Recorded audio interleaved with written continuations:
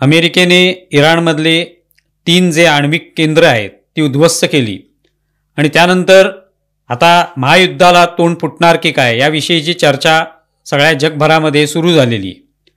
आता त्याच्यात विविध देश आपापली भूमिका व्यक्त करतायत की नेमकं काय केलं पाहिजे, अमेरिकेने काय केलं पाहिजे, इस्रायलने काय केलं पाहिजे, इराणने काय केलं पाहिजे, हे सगळं प्रत्येक देश आपापल्या पद्धतीने जे काय त्यांचं धोरण असेल त्या पद्धतीने भूमिका व्यक्त करतोय।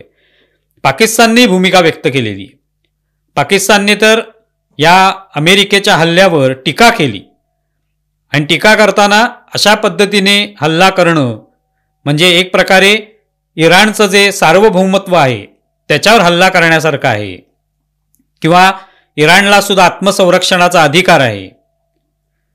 त्याऐवजी जगामध्ये शांतता कशी नांदेल, पश्चिम आशियामधला तणाव जो आहे तो निर्माण होणार नाही याची काळजी घ्यावी अशी विनंती कोण करते? पाकिस्तान करते आणि त्यातून आपली रोकटोक भूमिका मांडण्याचा प्रयत्न करते।